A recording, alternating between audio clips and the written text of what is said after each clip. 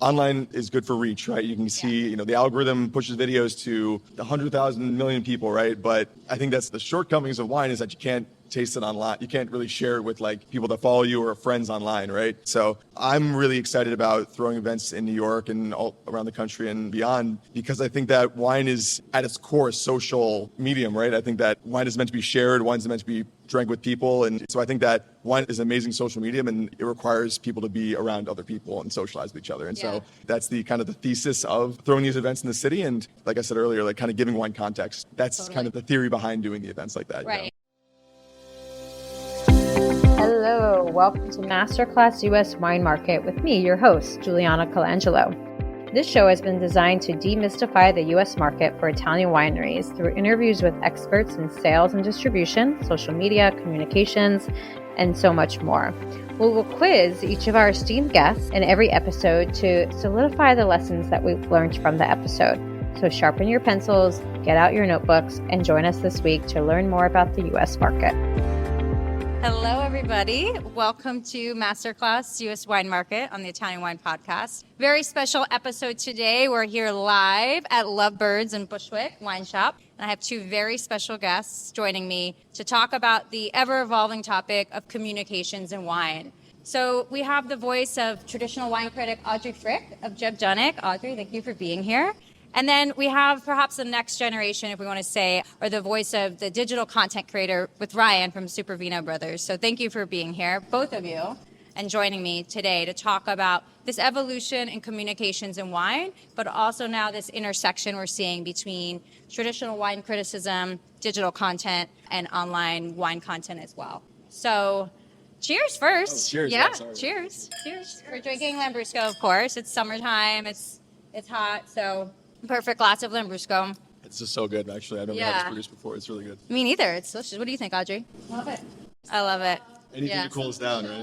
Exactly. So as I mentioned, we're talking about the evolving role of wine criticism and modern wine content, but how is that shaping consumer behavior, consumption habits, what people are drinking, how they're drinking? So we're going to talk about the evolving role of the wine critic versus the digital content creator. We'll talk about how digital content is driving curiosity in wine. And then, of course, Italian Wine Podcast, drinking Lambrusco, and we've got some great Italian wines here. So how can Italian wineries and wine marketers better leverage both platforms of the wine critic and the content creator to sell more Italian wine, ultimately? So for our listeners who might not know you, Audrey, let's start with you. Just talk a little bit about your background, foray into wine, but maybe more importantly, how you view your role today as a wine critic. Well, thank you so much for having us both. This is awesome. Happy to always champion wine and any voices within that space.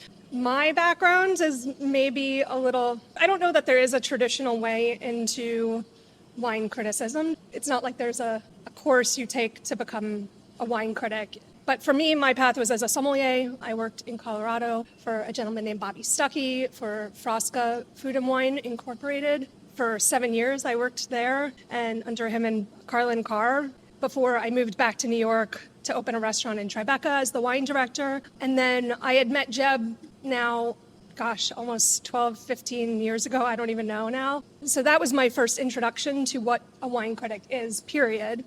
So I would just come to his house when he would do large tastings that were when he was still working for The Advocate and Parker, and I had no interest in doing what he did at that time. I would bring a notebook. I would try to scramble notes down, jot notes as I would open things. And my job was just to make sure the wine was sound and pour for him and keep him moving while somebody else would be talking to him. So it was a pretty unusual kind of opportunity for me to see outside of the rather narrow band, frankly, that I was in the world of sommeliers. And I think there's going to be a lot of overlap here today. I don't think this isn't going to be a smackdown that I think maybe some people might be looking for. So I hate to disappoint you on that, because I think both of us at the end of the day, I've seen a lot of your work. At the end of the day, our role as a critic is actually for the consumer, right? We don't work for a brand. We don't work for the wineries. It is to try and give the consumer the best lens so that they can hopefully find a wine that they love. And if you disagree with me or you disagree with Juliana or Ryan, like, cool. Sometimes that's even better, because at the end of the day, it's what you want to drink, and creating a way for you to feel more comfortable in that. Any way we can get there is ultimately my goal. So I don't know if that answered your question necessarily, but I've been doing this role as a full-time wine critic for the past 3 years. I came on full-time in 2022. I cover Champagne, Italy, Sonoma, and Oregon. So I have a lot of incredible, what I think are the best wine. I love all my children equally, but I think I have the best wine regions in the world. So I spend about, a quarter of my time on the road and then the rest of my time at home editing. And yeah, maybe we'll get into, that's kind of the short answer.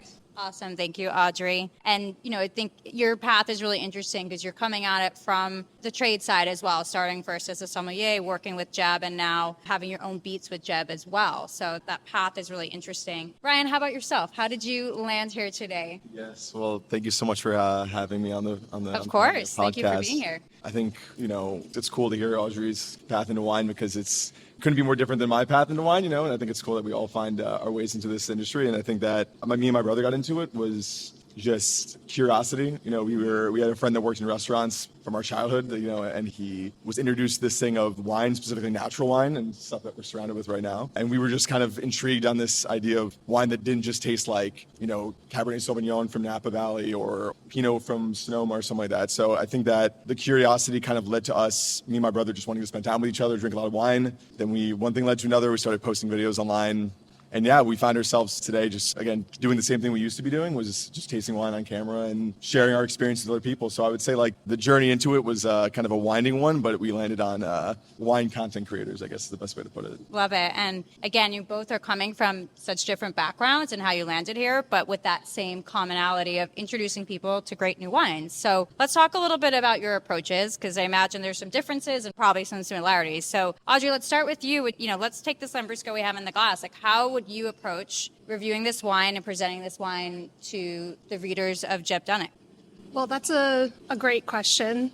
From a critical point of view, I think it's about communicating what does this wine feel and taste like, and where in the relative spectrum of Lambrusco this lies. Now, to be fair, I do not cover annually Lambruscos. I cover, annually I spend several weeks in Barolo Barbaresco, Montalcino, Chianti Classico, Bulgari, Etna. But that being said, I do love Lambrusco. So for me, it's more about what is the sensory experience. When you open this, first of all, it is chilled, right? And it's sparkling, frankly, right? I have to remember that what I put out into the world, yes, it's hopefully going to be in the context of maybe of a comprehensive report of Lambrusco, where there's a few hundred different Lambruscos being in the report. And so differentiating it from within that spectrum, but then also recognizing that maybe someone's going to take my words and take them out of context and put them on a shelf talker. And so I think it's important here to not get too into it's definitely got a little bit of that natural kind of wild earth thing. That's also, frankly, part of Lambrusco, right? Even the most clean styles, like polished, squeaky clean, are going to have a little wild rustic herbaceousness to it, right? So we don't want to scrub that clean either. So for me, it is sparkling, but how does it feel texturally on the palate? To me, it has a very fine pinpoint mousse, right? This is not aggressively sparkling, right? It's just enough that I crave salumi. I think it's perfect on its own right now. I think it has complexity, but also it's such a versatile wine for the table. I remember the first time I had Lambrusco was actually while I was working in a restaurant years after I started initially getting into wine, okay? I ordered it. I'll never forget it, at a restaurant. It was on tap. I had no clue. And it really took me off guard, okay? And that was like a jarring experience. And I'm just like, yeah, I totally knew what I was ordering, of course. But, that was an eye-opening moment. So for me, it's like, in the context of a full report, hopefully I can add context to the culture of Emilia-Romagna and where this historically has its roots and what cuisines are, because it's pretty heavy. Yeah. There's a lot of rich, fatty food. I will definitely gain. That is one of my favorite food regions ever. And so gnocco frito, fried puff pastry with lardo draped on top that just melts over it. what the shit, like I want some Lambrusco. Like you don't always want the most complex wine. So that's basically what I would say. Now, one last thing, I do have to give it a score.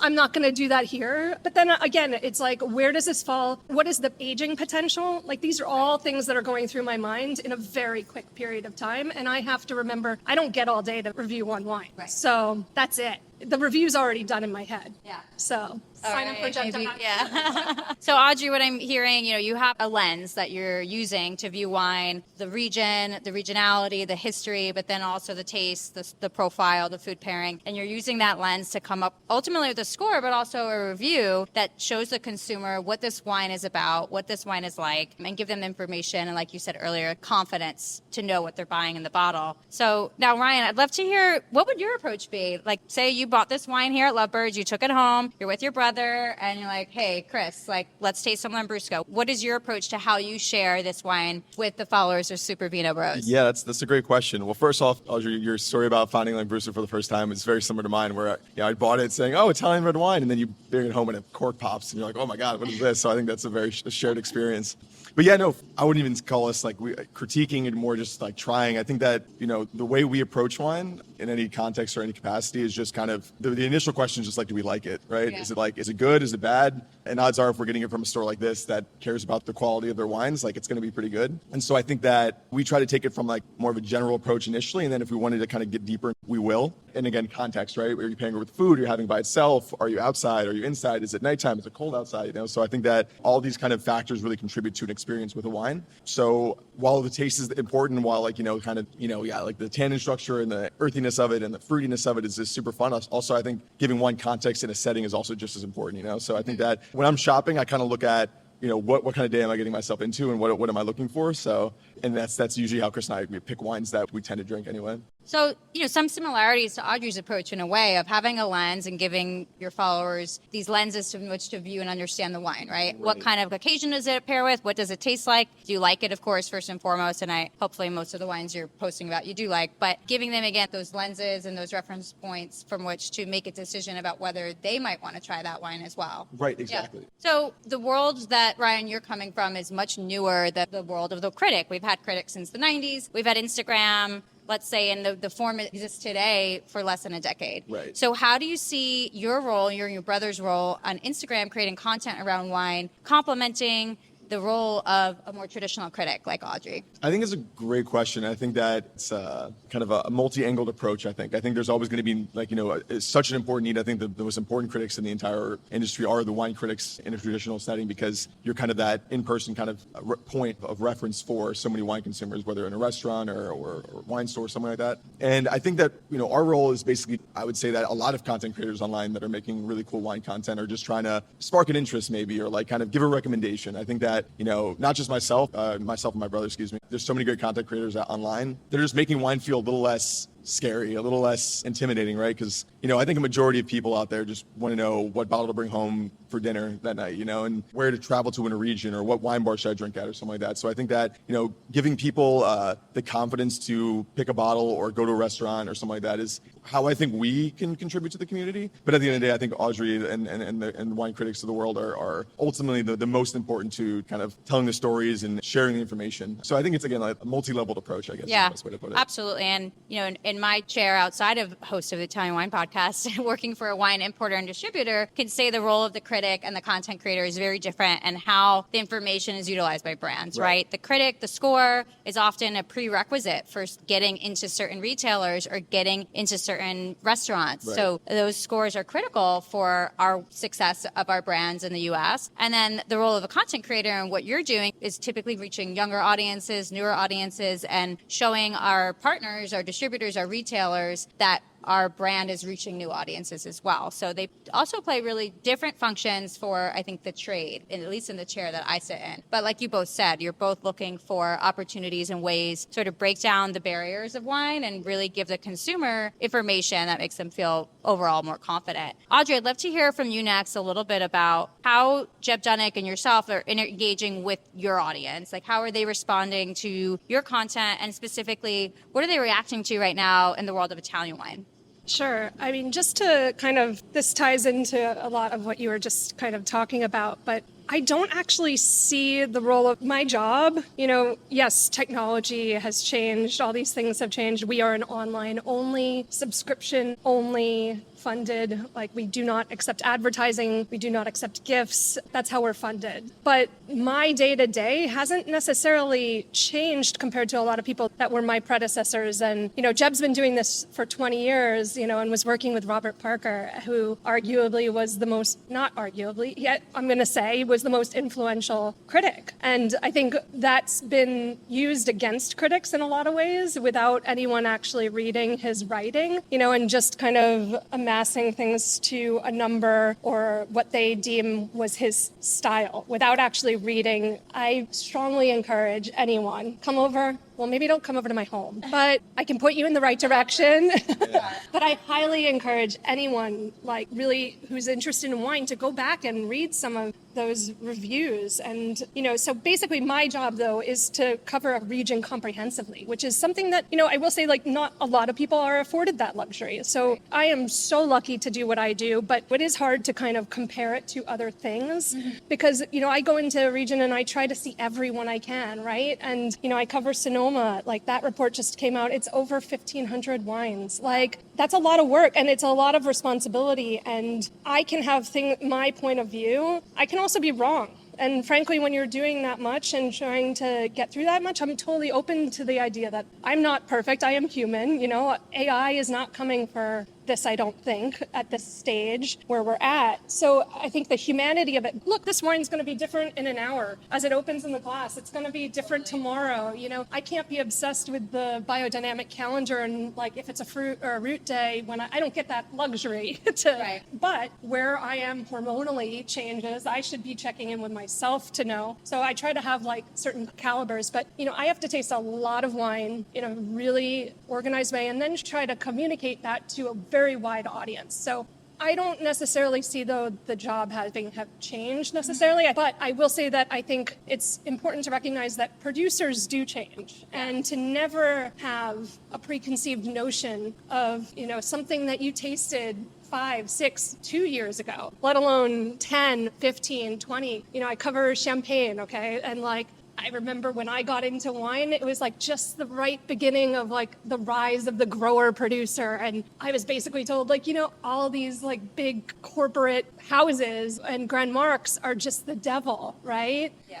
And the reality is just that's not it. So having an open mind to that, and look, we're sitting in a natural wine shop, full disclosure. I ran a wine program that was set out. I said no to everything except for I wanted small family-owned wineries that were practicing some form of regenerative agriculture. Now, is that possible? I had Bordeaux on my list from the 80s. Name someone that was practicing biodynamics in the 80s. Yeah. Anyway. No, absolutely. And like you said, the critic role has perhaps remained that format a little more stable than perhaps what we're seeing online when it comes to wine content. But Ryan, I'd love to hear, what are you seeing in the world of Italian wine specifically among your followers? What are they responding to when you post about Italian wine? I know you grew up in, and as Audrey pours some more Lambrusco, I know you grew up in New Jersey, surrounded by probably lots of Italian Americans like myself. So what are you seeing in the world of Italian wine today among your followers? Yeah, it's a great question. I think there's a lot of excitement around Italian wine. I think just by virtue of us being in New York, it's a lot of French wine programs, everyone, a lot of French exposure, right? And myself included, I was just so focused on French wine. And I think that myself and my brother, as well as some of our followers, are curious about burgeoning regions in Italy, and new producers and young producers in Piedmont and Sicily and all these kind of different regions. I think, to be honest with you, one of the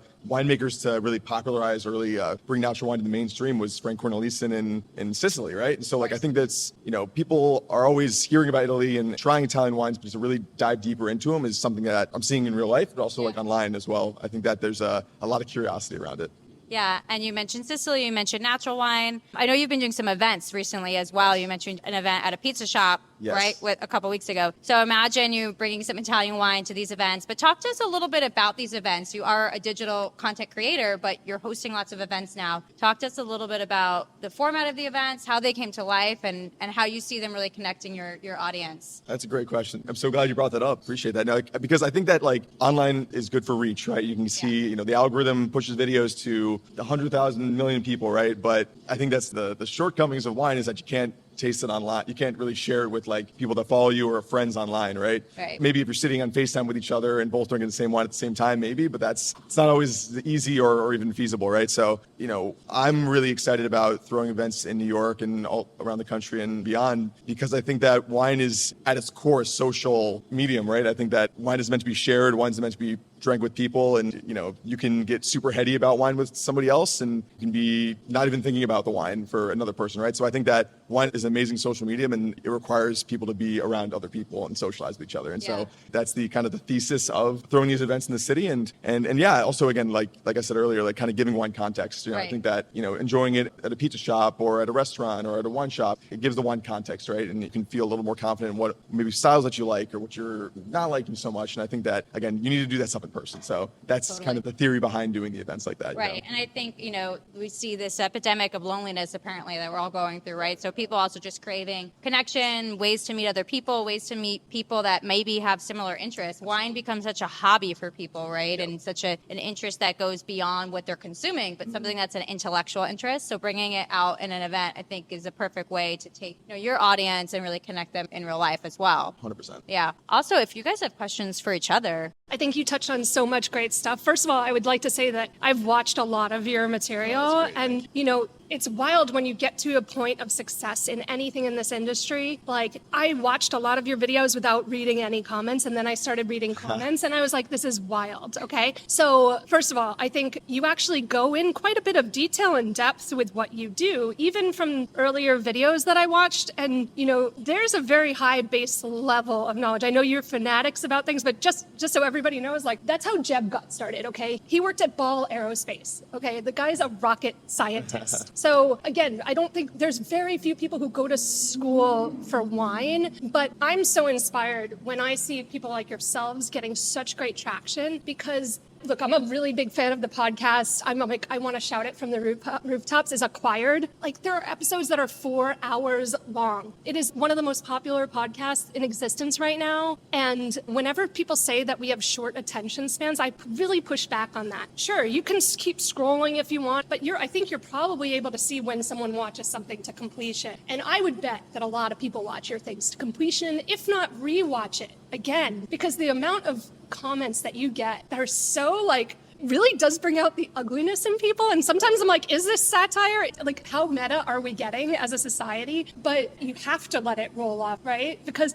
ultimately, though, you guys are having fucking fun tasting wine. And that is the whole goal. Like, it doesn't matter if you're right or wrong, about what's in the stupid glass. But that's where I think the wine world, and maybe this gets into some more of I know Juliana is always so great about being so about what is the market. And for me, it's just that's a big problem when we can't you just have fun and watch a couple guys drink a glass of wine? And and also you're drinking baller shit sometimes. You're not sure. I think some of the wines you drink are very accessible and again, super affordable, but you're popping some really crazy stuff sometimes that frankly, it's good luck finding it. There's 10 bottles made. I don't know what to tell you. You mentioned Frank Cornelison. I was just with him on Etna 3 weeks ago, something like that, 4 weeks ago now. And the guy was he probably is going to kill me. He's probably going to hate me for saying this, but I had never visited with him before. It was my first time, and I had preconceived notions about his wines based on bottles that I had had here in New York that maybe were, maybe they sat in the sun a little too long. Maybe they started re-fermenting a bottle a little. The dude was having his team of 2 people unbottle and dump into a tank a bottle that he tasted and decided there was a little trapped CO2. So he was by hand, these poor dudes had to do thousands of bottles, just dumping it back in so that they could get it right. So that's where it's again, we think about natural wine sometimes as oh yeah, you just set it and forget it. And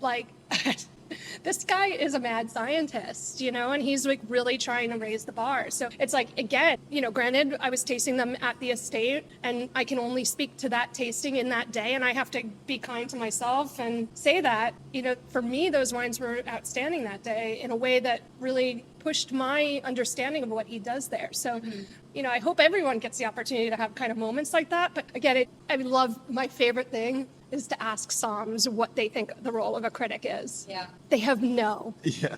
effing clue. But I think, Audrey, what you're talking about, and you mentioned when we started that you feel like your responsibility is to the consumer, right? To give them the lens and information to make decisions about wine and learn about wine, but maybe perhaps even more than that. And for both of you, you're a huge lens for the producer. You both just spoke about Frank Corneliuson from Sicily, right? But for all the thousands of wines that you review and the regions you review and all the bottles you review, you're also a lens for these producers as well, and connecting them and their story and taking the hills of Etna and the volcanic soils to Instagram and to JebDunnuck.com and sharing those experiences in really different ways. I'm curious, as you engage with your audiences too, again, like what are you hearing critically from them? Audrey, you mentioned some of the comments on SuperVinoBros, but what are you hearing critically about the wine industry? Your readers, your followers, like what is something that might be frustrating them about wine or that they wish was different? Ryan, maybe we'll start with you and then let Audrey noodle on that one. Yeah, so what's frustrating like wine consumers in general? Yeah, no, Right. I think, as amazing as this world is, there are some clear like frustrations and setbacks as well. I think the hard sell, especially in this kind of minimal intervention, like very kind of artisanal wine category, the tough part of that is the price. Yeah. I think that, for a lot of consumers, you say, look, I promise you spend $5 extra on that bottle of wine you're going to get, and you're going to get a vastly different product, right? But to most people, $25 for a bottle of wine is really expensive. $30 for a bottle of wine is really expensive. So I think that the analogy I always use is kind of like, you go to a grocery store, right? And you want to get the pasture-raised eggs, and you want to get the organic chicken, and you want to get the organic vegetables, and you're going to pay a little more premium on it. And so it's the same thing with wine, right? And so I think the frustration, to answer your question, I think the frustrations are the price, and it's a big, big pressure point for a lot of people.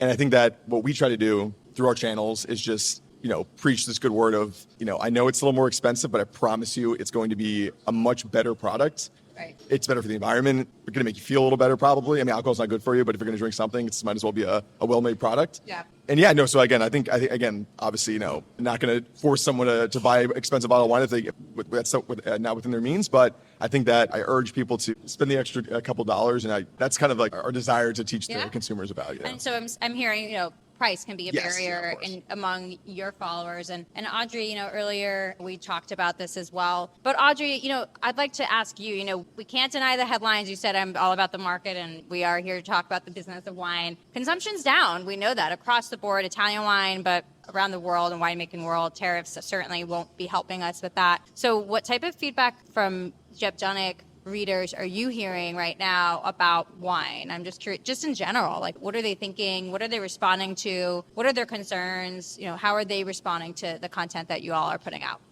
Well, to be honest, I'm maybe a little sheltered to that. Maybe Jeb that's maybe a better question for him. Maybe he's fielding all my hate mail. But to be honest, I speak more directly with producers than I do directly with a lot of consumers. I'm on social media, but I'm not sure that that's always how people choose to reach out to me. Feel free to reach out to me. I mean, I don't want any of the hate that goes into hit. Well, you get a thick skin. I mean, look, you meet with people all over. So, but I hear it more from the producer's standpoint of, their struggles and people looking and asking me what is the answer. And I don't have a magic wand on that. I can just say what I see in young drinkers is so inspiring. Maybe it's less, but I also eat out a lot. I eat out way too much, okay? All over the world. And I live in Manhattan, and I eat in the city more often than I, would like to admit maybe, but I will always support restaurants. And maybe it's the places I'm going, but places are thriving, and I'm a big proponent of cocktail culture. I don't see it as a negative. I see it as people are so interested. It kind of goes back to the acquired thing. It goes back to your deep dives. Look, if I spell something wrong, my reports can be hundreds of pages long. Okay, like the time that somebody, like the same word count as a novel or a full publishable book. That's what I have to do 6 to 8 to 10 times a year. Okay, so I will tell you that if I misspell something, it's coming back to me. If I got something wrong, a fact wrong, you better believe within hot 20 minutes. Yeah. Like someone's reaching out being like, yo, what the F, you know? So, and I'm grateful that I have a online publication that I can edit that and hopefully it goes live and very quickly, you know? So I'm very optimistic about young drinkers. I see the young drinkers that I see out are really they know everything about the wines that they drink. They know more about Salos than maybe I know about Salos, or they think they know more about Salos than they've taken in every rumor about these producers and put them on such a pedestal. And then they find something else. And it's like, that's why I say I don't want the hate on that kind of stuff. But at the same time, people are passionate up the wazoo about it. But I just think of remembering that, like, you know, it's a beverage. It's going to get you drunk if you drink too much. It has a place, you know, and to your point, though, I think about bringing this to Italian wine, because this is the Italian wine podcast, and we can't forget that. Even the most expensive regions of Italy are still, I think, tremendous values in the world of fine wine. And look, you know, just like luxury, like fashion, believe it or not, I might be wearing a $5 Amazon t-shirt right now, but like I've started paying attention to fashion, and like that's, you know, something that I seek out when I lose 5 pounds, you know, and I'm like, okay, I'm going to buy myself something really nice, whether it's a pair of shoes or a dress that like I can wear for whatever. Like I think about it now in a different way. And I think wine is the same way, right? So like wherever you start, and then you're like if you're in Zara, for example, and you see like I forget what they call it. I should know this. Yeah, but like if you see like the Bottega like Veneta thing, and you're like, oh, I like that style, and then you're like, oh, I didn't even know that's actually like based on Bottega Veneta. Like, you know, then there's a whole world for you. You can always get to the next level, so to speak, right? Like you can always kind of take it to that level, but like, you know, I do think that's where my job hopefully can be important, is like, listen, some wines are for right now. Pop it, forget it, buy a case of it, like crush it all day long. Or hey, like maybe save that Grand Cru. Like I love that you guys like to go to like, you know, you drink some expensive wine regions again, but like you take like Aligoté versus going to Grand Cru Burgundy, right? So it's like turning people onto that, and then maybe down the road they'll get into something else. So look, I don't want to ever turn into the like make something great again kind of insert. No, but like, Let's not go there. But seriously, like I don't, totally. But like, I don't want to ever think in the past, is I guess what I'm trying to say. And or like, you know, the pandemic was hopefully we never have to go through that again. But like, we're never going to get back to those numbers. Yeah. Like, or that level of growth on a consistent level. Totally. Yeah, and we could go on and on. There's a lot to talk about, but I do want to wind down now. So just with one last question for both of you. What's next? Let's just talk future. I know I love what you said, Audrey, about your excitement around the younger consumer. Ryan, your world's expanded quite quickly, you know, in terms of your follower count with SuperVinoBros in a very short amount of time. What's next for you guys? Yeah, this has been so much fun. I'm so happy we were able to talk about Italian wine and all things wine. And thank you so much for having us. Yeah, I think that for us anyway, the vision is just kind of still just keep on pushing, preaching the good word of wine. I think that as much as, we've been doing this for like 3 years or something, or 2 or 3 years now at this point, as much as we think we've made all these strides and stuff like that, there's still so much work to be done, right? There's still more people to be convinced, and there's still more people to be taught, you know? So I think that the job's not finished, and it never will be, I don't think, but I think that for us anyway, just kind of just still preaching the good word of why this is so exciting to not just us, but so many other people in the world, and, you know, conveying that through videos or a newsletter or writing in any capacity. So I think that's what's next for us anyway.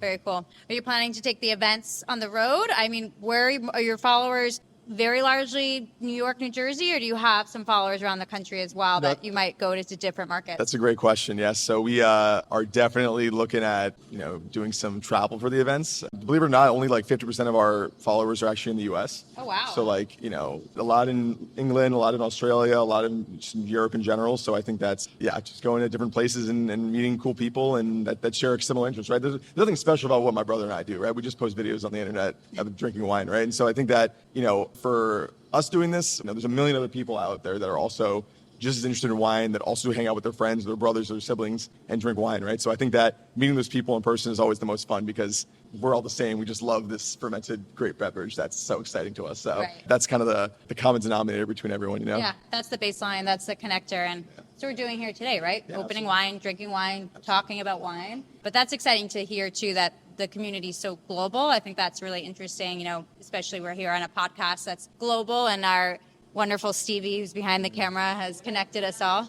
So we're going to do our rapid fire quiz that we do at the end of every masterclass. So Ryan, what is your number one tip for mastering the U.S. wine market? I would say that it's to be as transparent as possible. Great answer. Audrey, question number 2 for you. What is something you might have told your younger self about working in the wine industry? Have an open mind about everything, and it's always changing. So continue to have an open mind. Yeah, evolution, change, commonality in this conversation. Same thing. For sure. All right, and finally, you can both answer this one. Ryan, what is your favorite travel hack when traveling around the world, meeting all the followers of SuperVinoBros? I wouldn't necessarily call it a hack. I would just say it's a piece of advice that I got that was very, very needed at the time. So always spit the wine that you get sampled at events. Always. Yes, absolutely. And Audrey, I know you're on the road a lot, visiting your producers in Spain and Italy. What about you? I'll keep this to one sentence, but you can hit me up for the rest. I will say, be kind to yourself and be kind to others. Be generous. That alone is, I think, whether you're traveling with a partner, your family, that's just, yeah.